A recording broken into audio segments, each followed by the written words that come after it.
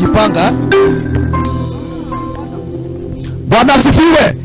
Wewe ndio gremo hapo hau. Bwana asifiwe. Oh, that is powerful. Msalimieni katika Kristo. Unajua mtu akifika hapa anajitetea. Asante sana Shiro. God bless you so much. Mabishop hapa, naona mabishop marafiki zangu akina Level Jack na watoto na watu wa vyombo. May God bless you so much. Pia Yesu makofi anaweza. Hallelujah. Haya, tuketi sasa.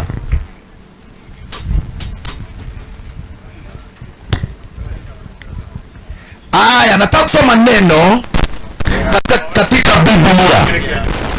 Naona wanaongea na make noise kwa class hapo. Kwa hiyo wasafukuza uje na mzazi. Hallelujah.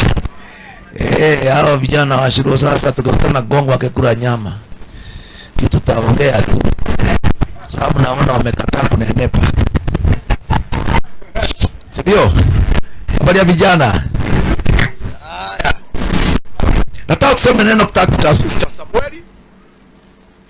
Samueli endako. Oh, nimemuona. Haya. Kitabu cha Samueli, 2 Samuel chapter 9. 2 Samuel chapter 9. Enenako ndio hiyo.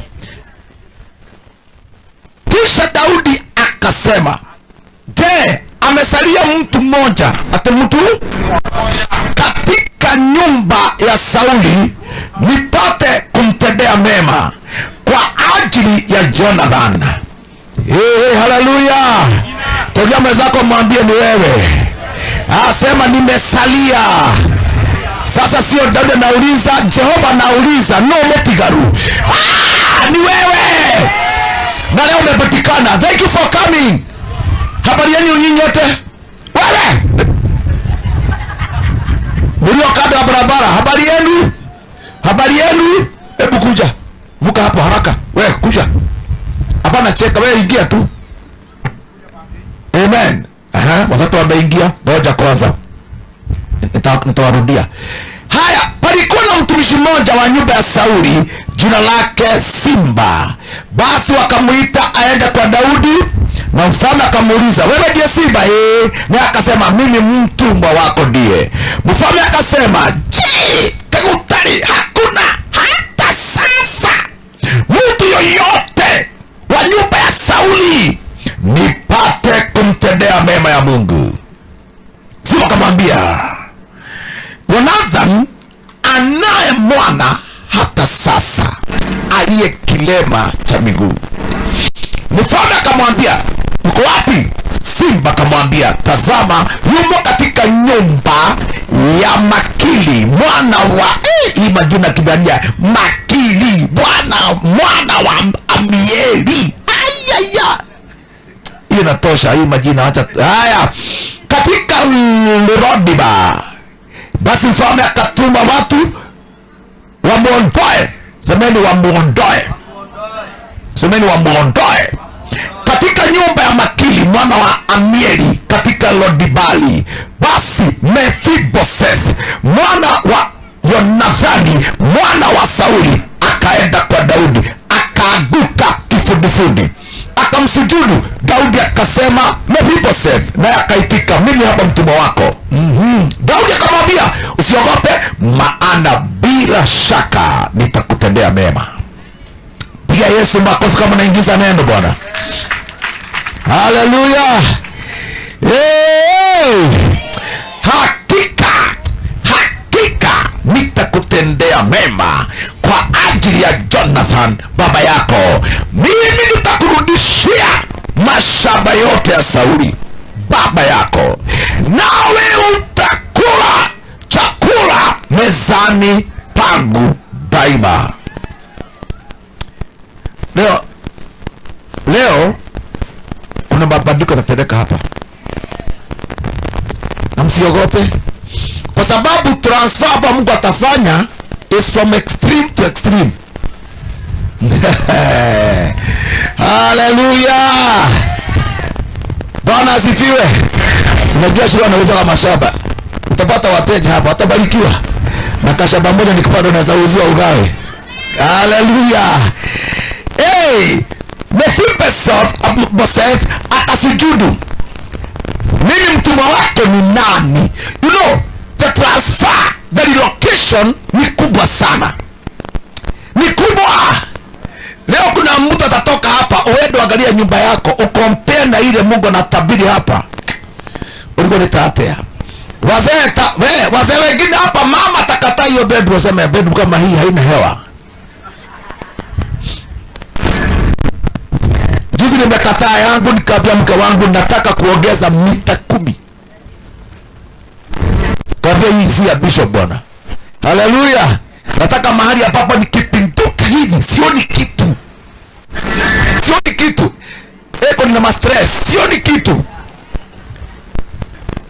Hata nimeambia kwa maana miaka inaenda na wahubiri kama sisi saa zingine tunakula na mood. Naweza amka saa 8 nipikiwa mayai kwa sababu nataka kitchen ambao iko bedroom. Hello? Saa zingine naweza sikia miguu imeganda usiku. Nataka gym hapo. Ayayaya. Alistuka akakataa, nikamwambia ni mimi nimesema. Akasema sasa hiyo sasa ngoja. Hallelujah. Hebu niwaambie kitu, something has happened. Amen. Mephibosheth alistuka mpaka akajiita the wrong name. Akasema mimi mtumwa wako ni nini? Hata umwangalie mbwa mfu kama mimi. Hallelujah. Ndipo mfalme akamwita Simba, mtumwa wa Sauli, akamwambia Maria, we kitabu aliyelie, akaongeza ingine. Akapa ngoja, tiko kuleta gui. Ngoja.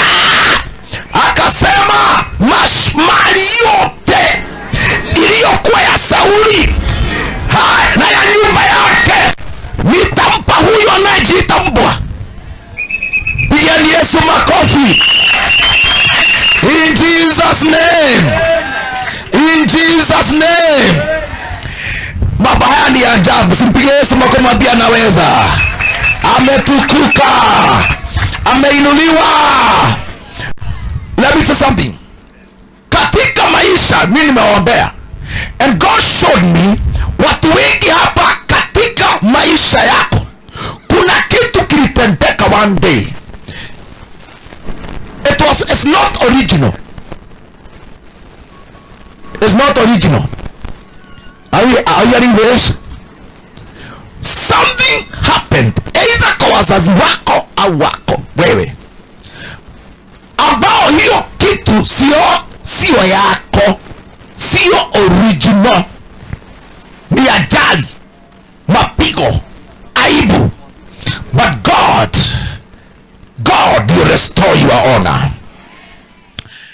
Ukiangalia Biblia nasema kwamba kijana huyo anaitwa Mephibosheth akiwa na miaka 5 umri, Bible inasema aliangushwa na msichana wa kazi na akavunjika miguu miwili. Siku hizo hakukuwa na mambo ya plasta. You can imagine, kalivunjika the 2 legs. Hakuna daktari mjue huyu kijana alipoanguka ni habari litokea baba yake ameaga, Sauli ameaga. Jesus help us now. Isalimieni tena. Hallelujah. Baba ameaga babu ameaga hakuna mtu mwingine. Kasichana kakazi kakabeba Mephibosheth, twende. Wakienda kutorokea hatari, mtoto akavunjika miguu miwili. Bwana sio sana. Now walienda mji huu unaitwa Lodebar. Lodebar, it has a very funny definition. Lodebar ni mji ambao hauna malisho. It means a city, a place that have no pasture. Kumbukeni walienda huko. Praise God.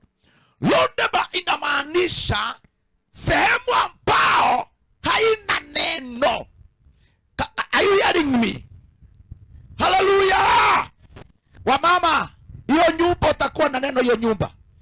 Hii mambo ya kuangalia na mzee jioni. Unajua siku hizi life is very funny. Weza pata kuna watu wengi wameoana, mume na mke hawana social life. Matire story. Yaani unakuta mzee na mama mkikata katano, mzee anaenda wacha niende shopping center. Akatafute watu wa kuongea nao. Mama zidi kweli. Mnaangaliana tu, mzee hana news. Muji hauna ne. Habari ya wazee. Mke wako amegojea neno huna bwana. Sio neno la watoto, sio neno la unabii, sio maono kupeleka mtoto Australia. Muji ambao hauna neno. A place that has no word. Leo tunaachilia neno itakufuata. Pigia Yesu makofi. Hallelujah. Lodeba ni muji ambao ni sehemu maana yake it is a state of barrenness. Ni pahali ambapo hakuna tumaini la kuzaa. Lodeba, muji huyu ni muji ambao jina hilo linamaanisha isolation. Ni muji, ni mahali pa kutengwa. Lodeba inamaanisha a place that has no communication. Leo lazima muhame Lodeba. Jesus, you know it. In Jesus name. Pahali ambapo hakuna malisho. Kwa hivyo hata kuweka kondoo na mbuzi na kuku sijui sungura haina maana. Pahali ambapo hakuna neno la unabii, hakuna neno la utawala, hakuna neno la mwelekeo, hakuna neno la tumaini. Let me tell you the truth. From today we are producing families with prophecy. In Jesus name. In Jesus name. Leo naombea mdomo wako, kile utaenda kusema kwa nyumba yako, it will be prophetic. Ukisema unasikia kujenga nyumba bedroom 5, heaven you confirm it. Kuna watu kesho wataamuka wakielekea mahali Roho anasema, sio mahali umezoea. Umezoea kwenda Lodeba, muji ambao unaitwa muji tasa. Umezoea kwenda Lodeba, muji ambao hauna malisho. Umezoea kwenda Lodeba, muji ambao ni muji wa kutengwa. Umezoea kwenda Lodeba, pahali ambapo hakuna mawasiliano. But kesho taamuka, the Holy Ghost will give you another direction. Na mimi nawaambia hata sikubebelezi, nitakuombea leo. Utachomeka, utasukumwa. It's powerful. It's powerful. Na mjue hii ni prophetic. Kile Roho wa Bwana atatamuka juu yako, don't withdraw. Don't withdraw. Don't withdraw. In Jesus name. Hallelujah. The other day kuna msichana moja ametajirikia Europe. Ametajirika in a way, alijenga nyumba special bedroom imeandikwa Bishop Gatimu na mke wake. Na sijawahi enda. Na ananiambia nienda huko holiday on condition. Tutakaa hiyo nyumba 1 month na nisifunge. Mimi siwezi maliza mwezi mmoja kama sijafunga. Normally nafunga nusu mwezi na nusu mwezi nakula. I don't know when. Na hayali mtu. Hallelujah. I remember zamani sana nilienda ng'ambo. Kakiwa kasichana kadogo kamiaka kama 19. Kakaniambia, we mchungaji, we ndiye pastor wangu, umetoka wapi? Nimetoka Ulaya. Kuhubiri injili, kama hiyo ndio mafuta yako na wewe ni pastor wangu, nitaenda huko. Mimi nikifikiri mchezo, nilikuwa nimeenda kuhubiri kwao Monday, nikaona kama nilifuata. Nikauliza mama yake, niki huyo kama Bishop, Nilikuwa Reverend, sikuwa bishop, Reverend. Hata tuwe na Nairobi. Wapi? Nyayo House. Nini? Nikachukua passport. Kai. Nikaangalia hiyo imani. Nikaangalia hiyo imani, kaambia ingia gari twende. I thank God for that. Amen. Hallelujah. Now, mahali nilikuwa nimeenda kutembea that time ndio nakaa. In Jesus name. Hallelujah. Hallelujah. Wapendwa, kuna mafuta natoa kushika hivyo seme this anointing at this anointing, hii anointing should produce me. Mimi napenda nikinunua Land Cruiser kafedha nunue.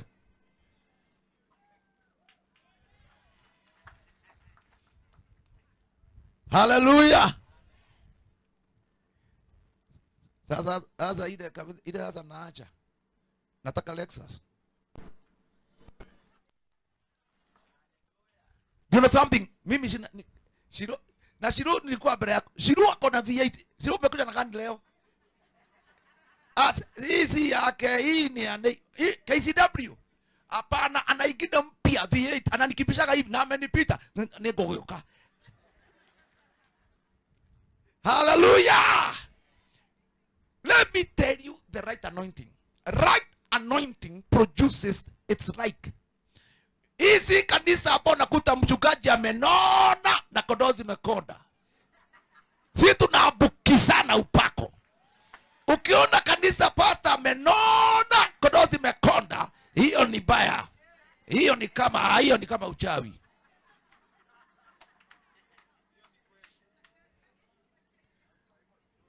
Hello? The other day nilipark kwa parking. Nikapaki gari yangu hapo ni V8. Nikakuta assistant ndiye anapark next to me ni Fielder. Do wana park next ni V8.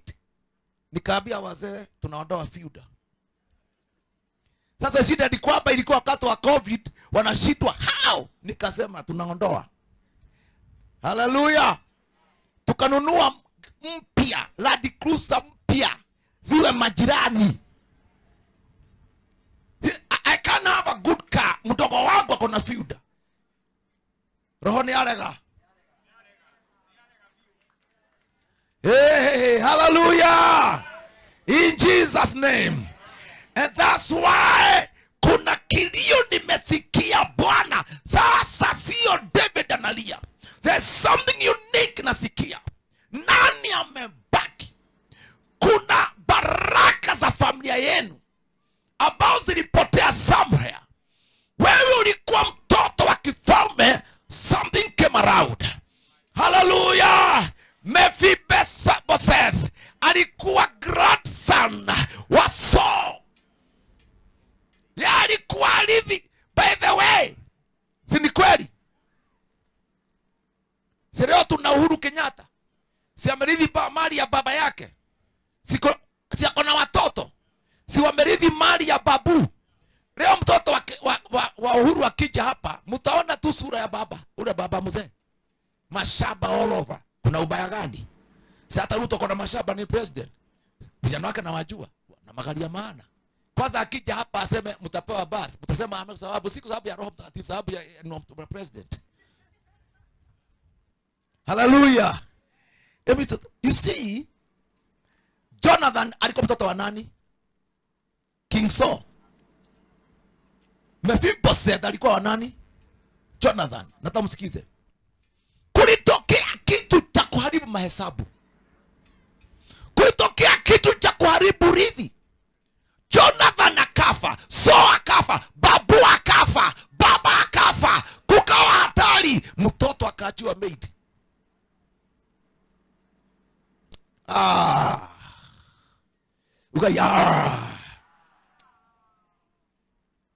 Na kwambia nyinyi mkijichunguza, kuna mahali kulitokea shida. You are royal family. You are royal priests. Amen. Chiro tunahubiri yeye sana. Akona ushuhuda kingine, chiro mwita ongea mambo ya mali. Siku nauza mashamba. Na anakaa estate nyingine ambayo inakaa ni neighbor wa matajiri. Hallelujah. Niambia mkao utatembea. In Jesus name. Na niambia zamani alikuwa anakaa kwa gate mama akiuza shangaa. Lakini God is so powerful.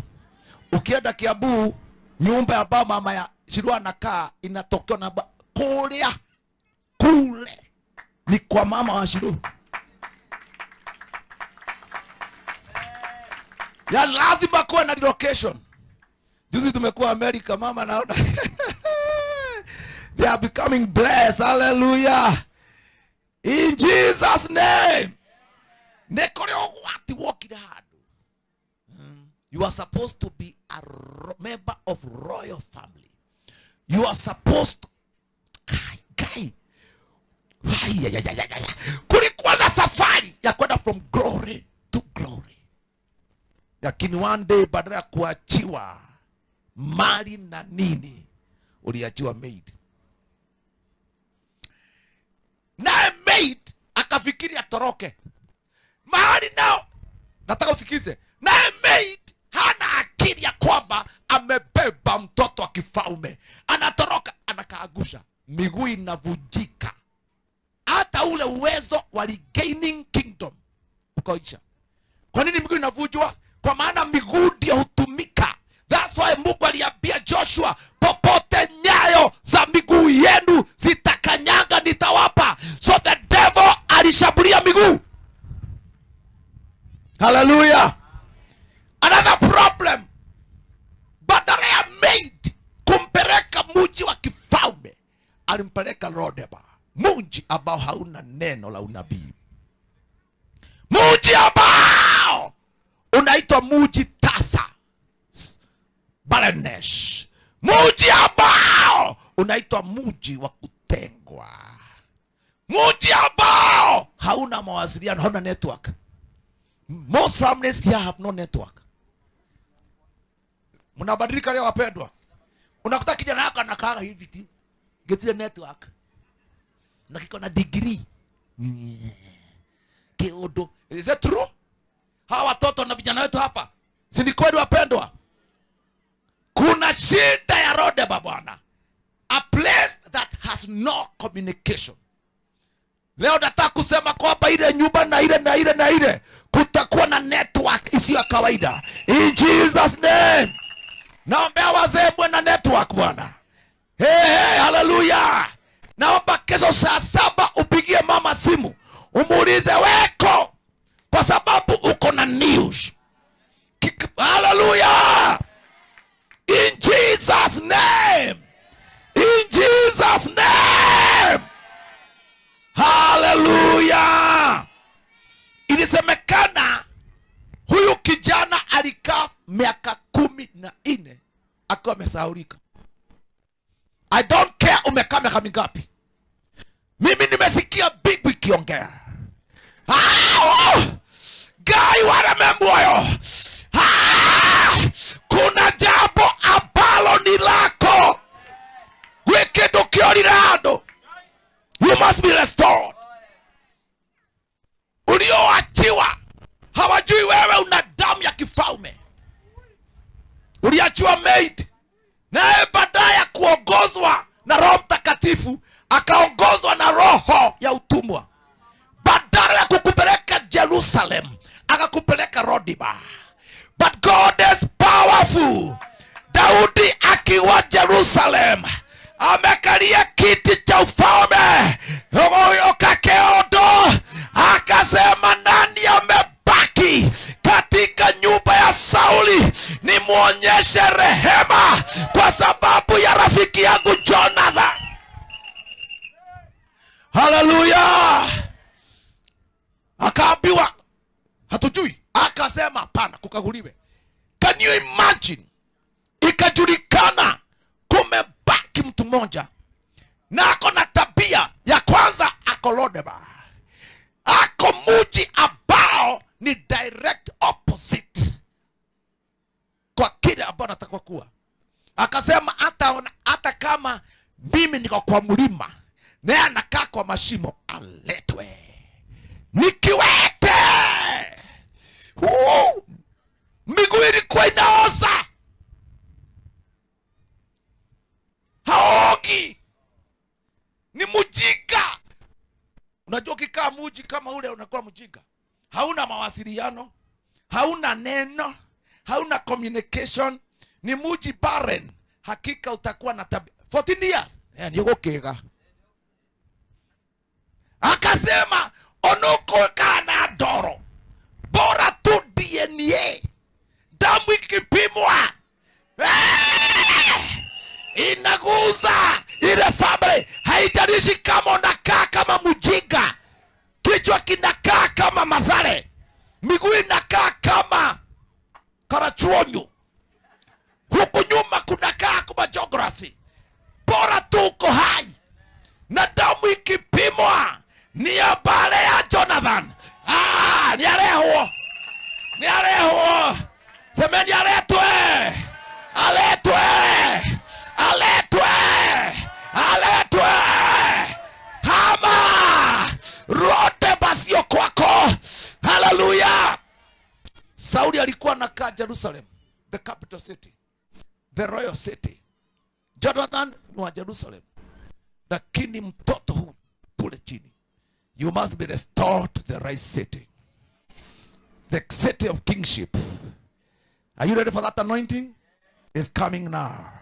It's coming now. It's coming now. Hey, hey. Bwana asifiwe. Bwana asifiwe. Bible inasema, hallelujah, leo mutarejeshwa from shame to honor. In Jesus' name. From shame to honor. From fear to peace. Kutoka kwa uoga upate amani si ya kawaida. Wakati Mephibosheth alifika mbele ya mfalme, mfalme akasema, I don't care kama unaoga au huogi. Si wewe ni Mephibosheth wa Jonathan. Just that is enough. The rest niachie. Akaambiwa, mjue Saul alikuwa tajiri kuliko Kenyatta. Mashamba yote. Mtu akiwa first king, mashamba yote alikuwa amechukua. Akasema, kama Yehova ishivyo, nioraigwa Mephibosheth, mashamba yote ya mfalme Sauli unarejeshewa. Alitamkiwa baraka ikazidi mpaka anguka sasa. Guitanie. Yani weza itwa jina mpaka ukose usikizi. Na leo mtarara, mtaitwa majina ya ajabu. Gai. Haeto ile tu utaro kiona harusi kubwa. Unaona kama iko Scotland. And most likely utaniona niko hapo area nikikula boga. In Jesus name. Hallelujah. Jambo la pili, akaambiwa kutoka sasa your home sio Lodeba, ni Jerusalem. Receive the new home. Pokeeni boma ambao Mungu alikusudia. Ulinyang'anywa. Somewhere kuna mapepo ilikunyang'anya. Somewhere kuliingia uchawi kwenu ukanyang'anywa. Kuliingia fitina kwenu ukanyang'anywa. Kuliingia furugu ukanyang'anywa. Kuliingia ujinga ukanyang'anywa. Gayara iguaterere. Somebody should be restored. Hayanda babo sekataraba. Hallelujah. Hallelujah. To God be the glory. Jambo la tatu akaambiwa, now listen. Mahali mimi nakulia kwa meza, Mrs. David atakuwa kipikia watu wawili same level. You see, mfalme kuna chakula yake na watoto wengine. Now menu ya king, ya breakfast, ya lunch, ya supper, uji wa saa 10 na kahawa ya saa 5 usiku. Akaambia, now you are so precious kwamba you are now in the menu. Kile nitakuwa nikikula exactly utakuwa kiura hivyo. Akiwa woi, yani unabarikiwa mpaka una imagine kichwa inakosa service area. Kuna mambo ukiambiwa nakuta ubongo umekosa service area kuingiza. Yani unagongwa mashamba yote iliyokuwa ya Sauli mfalme chukua. Kusema haya. Ngoja. Hautarudi tena Rodeba. Hata ile nyumba Sauli alikuwa amejenga kifalme, alikuwa amejenga, rejeshewa. Kichwa ikajaa kama ngoja. Number 3. Ile chakula nakula kama mfalme utakula hivyo. Hiyo ikakosa space sababu kichwa kilikuwa kimejaa. Arabu ya 3 akaabua forever. Anamaanisha a decree ambayo itafuata, kwa maana ujamaa alikuwa amevunjika miguu, utapona na utaoa. Hiyo haijaandikwa lakini ilisemwa. Daudi hasa aje bila dada. Uchote ni ndugu, ndio dada acheka. Akaapa si naona uko nomo hiyo mashamba si ujaza watoto kama Masai. Jaza. Akapewa kaseta kama haka. Kaka noguo. Akanoka akao sasa hii naona naweza saa. Mapacha inafuatana. Kwa maana hiyo mashamba inahitaji watu. Haleluya. Ni aikanirie. Hey! Haleluya. Na akaambiwa watoto wataitwa majina kifalme. Na akaambiwa ni milele. Nobody should remove from you those blessings. This is what God says about you people. Naona usiku naingia leo. Hiyo inatosha. Niongeza ingine hapana. Hiyo ingine ni siku ingine. In Jesus name. In Jesus name. In Jesus name. Hallelujah. Na jambo lingine akaambiwa, although haijaandikwa, mimi Daudi nikitajirika, nikiendelea kuinuliwa, tunainuliwa na wewe. Yani you are connected in my favor. Vile unakula kwa meza na mimi, kukitokea tu jambo inchi panuke, unapanuka. Tukivamia Filisti tunyakue kashaba, uko na share. Kukitokea mea mpya wa mji wa Jerusalem, lazima ajue kuna hapo sete upate kitu kwa ofisi. Mungu akisema milele ni kumaanisha whoever you come must acknowledge uko area. Kukiapishwa rais mpya, ambiwe kuna mtu hapa ambao ni wa milele. Kitabu uongea mengine, weka Mephibosheth kwa program ya maendeleo. Unapogawa viti ya maminister, weka mtoto wa Mephibosheth. Milele. Semeni milele. That favor is coming. Let's start now. I want to start praying. I want to start praying now. Mashete debe basaka tapa busaya. Nataka maombi semeni.